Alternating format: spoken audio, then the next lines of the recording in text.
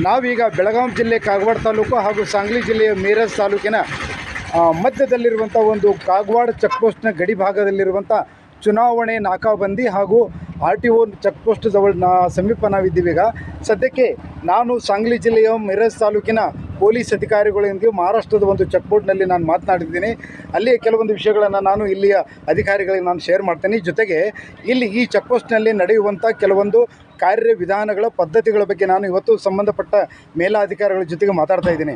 ನಿನ್ನೆ ನಮ್ಮ ಜಿಲ್ಲಾಧಿಕಾರಿಗಳು ಮೊನ್ನೆ ಈ ಒಂದು ಚೆಕ್ಪೋಸ್ಟ್ನಲ್ಲಿರುವಂಥ RTO ಅಧಿಕಾರಿಗಳಿಗೆ ಇಲೆಕ್ಷನ್ ಚುನಾವಣೆಯ ನಾಕಾಬಂದಿಯ ಚಾರ್ಜನ್ನು ಕೂಡ ಅದರ ಒಂದು ನಿರ್ವಹಣೆ ಮಾಡಲಿಕ್ಕೆ ಅವರಿಗೇನೆ ಆದೇಶ ಮಾಡಿರುವುದರಿಂದ ಸದ್ಯಕ್ಕೆ RTO ಅಧಿಕಾರಿಗಳನ್ನೇ ನಾನು ಇವಾಗ ಮಾತಾಡ್ತೀನಿ. ಸರ್, ಈಗ ಈ ಒಂದು ಚೆಕ್ಪೋಸ್ಟ್ನಲ್ಲಿ ನಾನು ಆಗಲೀಗ ಮಹಾರಾಷ್ಟ್ರದಲ್ಲಿರುವಂಥ ಒಂದು ಮೈಷಾಳ ಈ ಒಂದು ಬಾರ್ಡರ್ದಲ್ಲಿ ಹೋಗಿ ಬಂದಿದ್ದೀನಿ ಸರ್. ನಾನು ಅವ್ರೇನು ಹೇಳಿದ್ರು ಅಂದರೆ ಅಲ್ಲಿ ಕೂಡ ಸಂಪೂರ್ಣವಾಗಿ ನಾವು ಸರಿಯಾಗಿ ವಾಹನಗಳನ್ನ ತಪಾಸು ಮಾಡ್ತಾಯಿದ್ದೀವಿ. 21ನೇ ತಾರೀಕು ಅಂದರೆ March 31st of this month, that month last month ಅವರು ಕೆಲವೊಂದು ಗುಟ್ಕಾಸ್ ಆಮೇಲೆ ಇದು ಸರ್ ಏನಂದರೆ ಕೆಲವೊಂದು ವಸ್ತುಗಳನ್ನು, ಈ ನಶಾ ಪದಾರ್ಥ ವಸ್ತುಗಳನ್ನು ಅವರು ಎಲ್ಲ ಸೀಸ್ ಮಾಡಿದ್ದಾರೆ ಸರ್. 21ನೇ ತಾರೀಕಿಗೆ ಆ ಒಂದು ಘಟನೆ ನಡೆದಾಗ ತಮಗೆ ಈ ಒಂದು ಇದರಲ್ಲಿ ಚೆಕ್ಪೋಸ್ಟ್ನಲ್ಲಿ ಇಲೆಕ್ಷನ್ ಚೆಕ್ಪೋಸ್ಟ್ ಆಗಿರ್ಬೋದು ಅಥವಾ ತಮ್ಮ ವ್ಯಾಪ್ತಿಯಲ್ಲಿರ್ಬೋದು, ತಮ್ಮ ವ್ಯಾಪ್ತಿಯ ಇಲಾಖೆಯಲ್ಲಿರ್ಬೋದು, ಅವುಗಳನ್ನು ಇಂಥ ಒಂದು ವಿಮಲ್ ಅಥವಾ ಸ್ಟಾರ್ ಗುಟ್ಕ ಅವುಗಳನ್ನು ಸೀಸ್ ಮಾಡುವಂಥ ಏನಾದರೂ ಅಧಿಕಾರ ತಮಗೆ ಇದೇನೋ ಇಲ್ವಾ? ಕರ್ನಾಟಕದಿಂದ ಮಹಾರಾಷ್ಟ್ರಕ್ಕೆ ಹೋಗುವಂಥ ಗಾಡಿಗಳ ಬಗ್ಗೆ ನಾನು ಮಾತಾಡ್ತಾ ಇದ್ದೀನಿ ಸರ್. ಅಂದರೆ ಅದು ಏನಂದರೆ ಈಗ ಅವರಿಗೆ ಪರ್ಮಿಷನ್ ಇದ್ದರೆ ಆ ಗುಟ್ಕ ಇದೆಲ್ಲ ಅವ್ರದ್ದು ಬಿಲ್ GST ಎಲ್ಲ ಇತ್ತು ಅಂದರೆ ಹಾಂ ಸರ್, ಅದನ್ನು ನಾವು ಸೀಸ್ ಮಾಡೋದಕ್ಕೆ ಅಧಿಕಾರ ಇಲ್ಲ ಸರ್. ನಾವು ಪ್ರತಿಯೊಂದನ್ನು ಚೆಕ್ ಮಾಡ್ತೀವಿ. ಅವ್ರದ್ದು ಯಾವ್ದಾದ್ರು ಗೂಡ್ಸ್ ಗಾಡಿ, ಈಗ ಗೂಡ್ಸ್ ತಗೊಂಡೋಗ್ತಾ ಇರ್ಬೇಕಾದ್ರೆ ಅವ್ರದ್ದು ಯಾವುದೇ ರೀತಿಯಾದ ಬಿಲ್ ಇಲ್ಲ, GST ಇಲ್ಲ, ಆ ಥರ ಇಲ್ಲದೆ ಇರೋ ಸಮಯದಲ್ಲಿ ನಾವು ಅದನ್ನು ಸೀಸ್ ಮಾಡೋ ಅಧಿಕಾರ ಇದೆ. ಈಗ ಮಹಾರಾಷ್ಟ್ರದಲ್ಲಿ ಏನಿದೆ ಅಂದರೆ ಸರ್, ಮಹಾರಾಷ್ಟ್ರ ರಾಜ್ಯದಲ್ಲಿ ಗುಟ್ಕಾನ ಬ್ಯಾನ್ ಮಾಡಲಾಗಿದೆ ಸರ್. ಅದಕ್ಕಾಗಿ ಅಲ್ಲಿ ಇರುವಂಥ ಪೊಲೀಸ್ ಅಧಿಕಾರಿಗಳು ಗುಟ್ಕಾ ಒಂದು ಈ ನಶಾ ಪದಾರ್ಥಗಳನ್ನು ಅವ್ರು ಏನು ಮಾಡ್ತಾಯಿದ್ದಾರೆ, ಸೀಸ್ ಮಾಡ್ತಾಯಿದ್ದಾರೆ.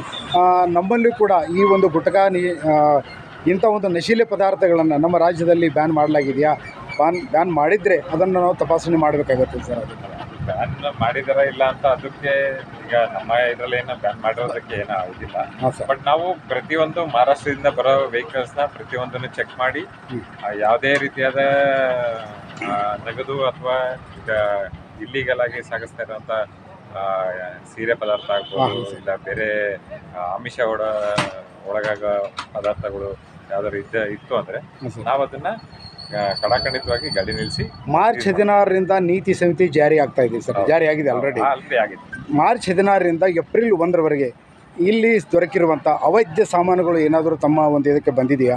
ಎಷ್ಟು ಬಂದಿದೆ ಅಂದಾಜು? ಬಂದಿದ್ದರೆ ಯಾವ ವಸ್ತುಗಳು ಬಂದಿದೆ ಆ ಬಗ್ಗೆ ಡೀಟೇಲ್ಸ್ ಕೊಡಿ ಸರ್. ಇಲ್ಲ, ಇಲ್ಲಿ ಯಾವುದೇ ರೀತಿಯಾದ ವಸ್ತುಗಳು ನಾನು ಇವಾಗ ಇನ್ನೂ ಒಂದು ದಿನ ಆಯಿತು ಬಂದು, ನಮಗೆ ತಿಂಗಳಾದಮೇಲೆ ಚೆಕ್ ಪೋಸ್ಟ್ ಚೇಂಜ್ ಆಗುತ್ತೆ. ಹೌದು ಸರ್. ಸೊ ನಾನು ನೋಡಿದಾಗಿಂದ ಯಾವುದೇ ರೀತಿಯಾದ ಬೇರೆ ಚಟುವಟಿಕೆ ನಡೆದಿಲ್ಲ. ತಮ್ಮ ಮಾಹಿತಿ ಪ್ರಕಾರ, ತಮ್ಮ ಮಾಹಿತಿಗೆ ಡಾಕ್ಯುಮೆಂಟ್ ಸಿಕ್ಕಿಲ್ಲ ಸರ್.